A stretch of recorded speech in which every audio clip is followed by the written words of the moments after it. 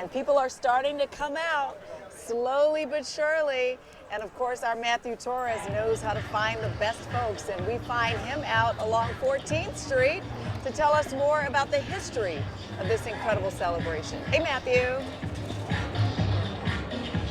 Hey guys, all right, we're gonna take it easy for now because that's the advice you gave to me earlier. We're here at 14th and R Street where people are still making their way here. We just stopped outside of this cocktail bar because you can't help but love all of the balloons, all of the pride colors, and all of the people just coming out here simply to celebrate and simply to be joyful. And you mentioned here as far as DC's role when it comes to the Pride movement. And you can't talk about the Pride movement without talking about the contribution from the people here in the nation's capital. But you may be also be wondering as far as the history of Capitol Pride here in DC. For those who don't know, take a look at this. Today, Capitol Pride fills the streets of Washington, a celebration of joy, visibility, and community, but its roots are much smaller.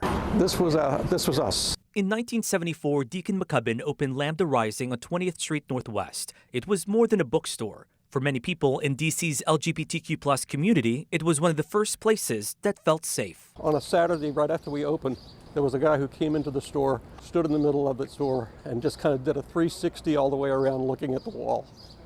And then he sighed and he said, "Home at last."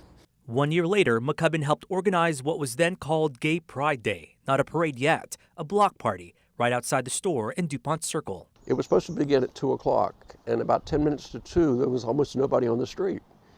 And those of us who were organizing it were sweating because we thought, nobody's going to come. And I said, don't worry, they're going to come. They're all on gay time. They'll be here.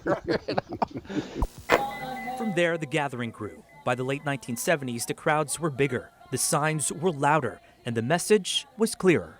In the 1980s, as the AIDS crisis devastated the gay community, Pride became something more. A place to celebrate, a place to organize, a place to grieve, and a place to demand that lives be seen, counted, and protected.